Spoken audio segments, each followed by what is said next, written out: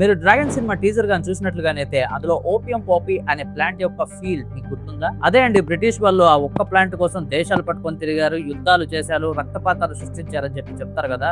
ఆ ప్లాంట్ పేరే opium poppy. కానీ ఇప్పుడు సైంటిస్ట్ అందరూ కలిసి ఒక ల్యాబ్ లో క్రియేట్ చేసిన ఒక డ్రగ్ హెరాయిన్ కన్నా, ఈవెన్ ఆ సినిమాలో చూపించిన వరల్డ్ కన్నా కూడా డేంజరస్ అని చెప్తే ఇది సినిమా కాదు, ఇది నిజంతో కలిసిన ఒక డార్క్ రియాలిటీ. మరి డార్క్ వరల్డ్ వెనకాల ఉన్న రిచెస్ట్ ఫ్యామిలీ స్టోరీ ఏంటి? అమెరికానే అడిక్షన్ తో మార్చిన ఎంపైర్ ఎవరిది? ఇది ప్యాట్రిక్ రాడెన్ కేఫీ రసీనా empire of pain story. 1940s America New York streets లో 3 బ్రదర్స్ డాక్టర్స్ గా లైఫ్ స్టార్ట్ చేశారు. Arthur Sackler, Raymond Sackler, Mortimer Sackler. చాలా మంది డాక్టర్స్ పేషెంట్స్ ని సేవ్ చేయడానికి మెడిసిన్స్ ని యూజ్ చేస్తారు. కానీ ఆర్థర్ సాక్లర్ మెడిసిన్ ని ఒక బిజినెస్ ఎంపైర్ గా మార్చాడు. అది ఆ ఫ్యామిలీ రేస్ కి బిగినింగ్. ఆర్థర్ సాక్లర్ చాలా ఇంటెలిజెంట్, కానీ ఆ ఇంటెలిజెన్స్ ని మెడిసిన్ కోసం కాకుండా మార్కెటింగ్ కోసం చాలా యూజ్ చేశాడు. ఆయన ఒక డేంజరస్ ఐడియాని కనిపెట్టాడు.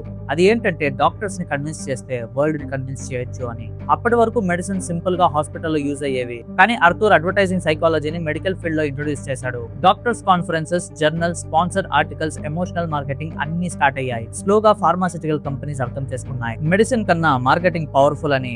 ఆర్థర్ సాక్లర్ వాల్యూమ్ అనే డ్రగ్ ని అమెరికాలో మ్యాసివ్ హిట్ చేశాడు. అది యాంటీ యాంగ్జైటీ మెడిసిన్, కానీ దాని మార్కెటింగ్ స్టైల్ ఎంటైర్ ఫార్మా ఇండస్ట్రీని మార్చింది.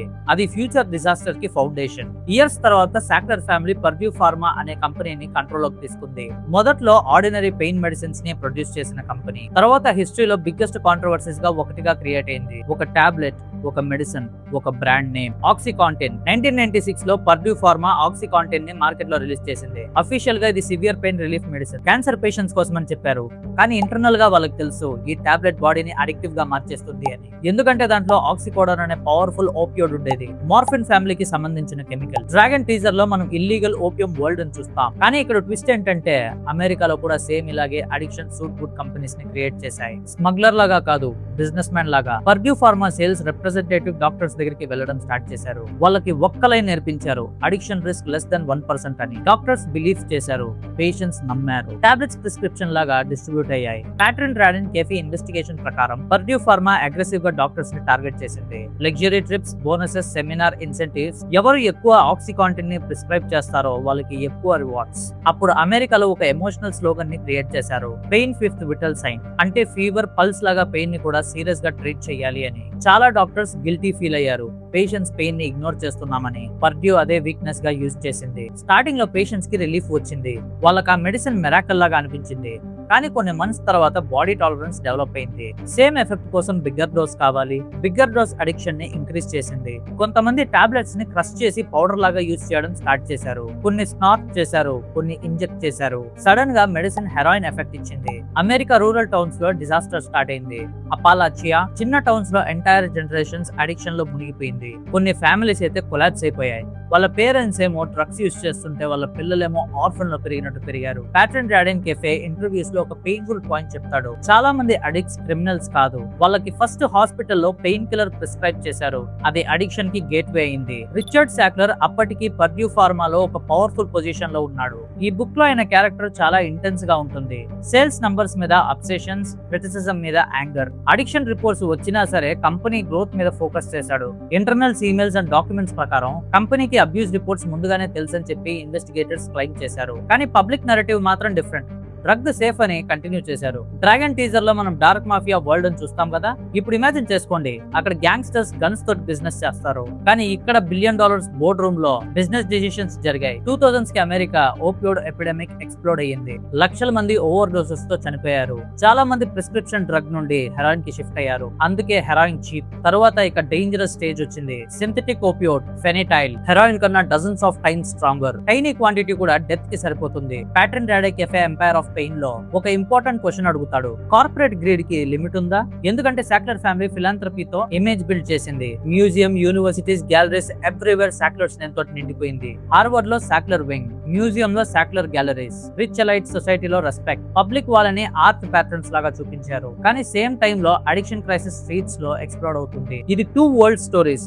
ఒక సైడ్ ఏమో లగ్జరీ, ఇంకొక సైడ్ ఏమో సఫరింగ్. కానీ జర్నలిస్ట్ ట్రూత్ ఇన్వెస్టిగేషన్ చేయడం స్టార్ట్ చేశారు. ఫ్యామిలీ లా సూట్స్ ఫైల్స్ తీసాయి. సిటీస్ పర్డ్యూ ఫార్మా మీద కేసెస్ పెట్టాయి. చిన్నగా పబ్లిక్ యాంగర్ పెరిగింది. 2007 లో పర్డ్యూ ఫార్మా గిల్టీ ప్లీ ఇచ్చింది మిస్లీడింగ్ మార్కెటింగ్ ఎలిగేషన్స్ మీద. కానీ క్రిటిక్స్ చెప్పింది ఏంటంటే రియల్ అకౌంటబిలిటీ జరగలేదు, టాప్ ఫ్యామిలీ మెంబర్ ప్రెజెంట్ కి వెళ్ళలేదు అని. Empire of pain book biggest strength ఏంటంటే ఇది సింపుల్ బిజినెస్ స్టోరీ కాదు, ఇది అమెరికన్ క్యాపిటలిజం డార్కెస్ట్ సైడ్ గురించి, ఇలా మనీ ఇన్ఫ్లుయెన్స్ మెడిసిన్ ని ఎలా డామినేట్ చేస్తుందో చూపిస్తుంది. Patrick Radden cafe years spend చేసి డాక్యుమెంట్స్ కలెక్ట్ చేశాడు, ఇంటర్వ్యూస్ చేశాడు, లీగల్ ఫైల్స్ స్టడీ చేశాడు. సాక్లర్ ఫ్యామిలీ జర్నలిస్ట్ మీద ప్రెషర్ పెట్టిందని చెప్పి రిపోర్ట్స్ వచ్చాయి, కానీ పబ్లిక్ ఒపీనియన్ చేంజ్ అయింది. మ్యూజియం సాక్లర్ నేమ్ రిమూవ్ చేయడం స్టార్ట్ చేశాయి, యూనివర్సిటీస్ డొనేషన్స్ ని రిజెక్ట్ చేయడం స్టార్ట్ చేశాయి. వన్స్ రెస్పెక్టెడ్ ఫ్యామిలీ సడన్ గా కాంట్రవర్షియల్ సింబల్ లాగా మారిపోయింది. డ్రాగన్ టీజర్ లో ఓపియం వరల్డ్ ని సినిమాటిక్ గా చూస్తాం, కానీ ఎంపైర్ ఆఫ్ పెయిన్ చెప్పేది ఏంటంటే మోడర్న్ వరల్డ్ లో బిగ్గెస్ట్ డ్రగ్ ఎంపైర్స్ ఫారెస్ట్ లో కాదు, లాబొరేటరీస్ లో క్రియేట్ అవుతున్నాయి. ఒక ఫ్లవర్ నుండి స్టార్ట్ అయిన హిస్టరీ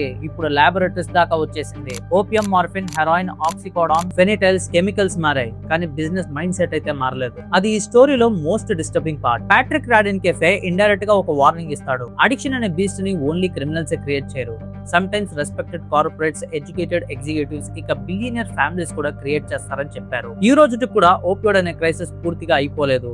కొన్ని వేల మంది సంవత్సరంలో ఓవర్ డోసెస్ వల్ల డెత్ ఫేస్ చేస్తున్నారు. ఎంటైర్ ఫ్యామిలీస్ ఎమోషనల్ స్కార్స్ తో సర్వైవ్ చేస్తున్నారు.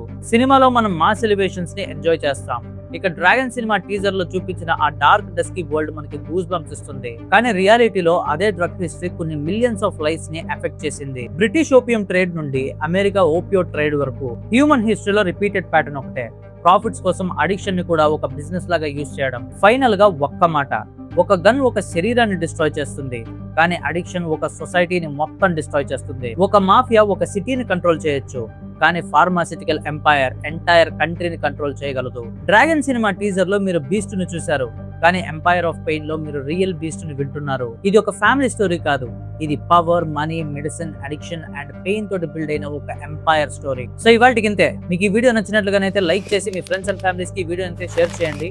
ఈ వీడియో నేను క్రియేట్ చేయడానికి చాలా కష్టపడ్డాను, ఆ కష్టం అయితే వృధా అయిపోకూడదు కదా. సో మీరు సబ్స్క్రైబ్ చేసుకోండి మన ఛానల్ కి. చేసుకున్నారా? Thank you. సో మనం నెక్స్ట్ వీడియోలో కలుద్దాం. అంతవరకు సెలవు. జై హింద్.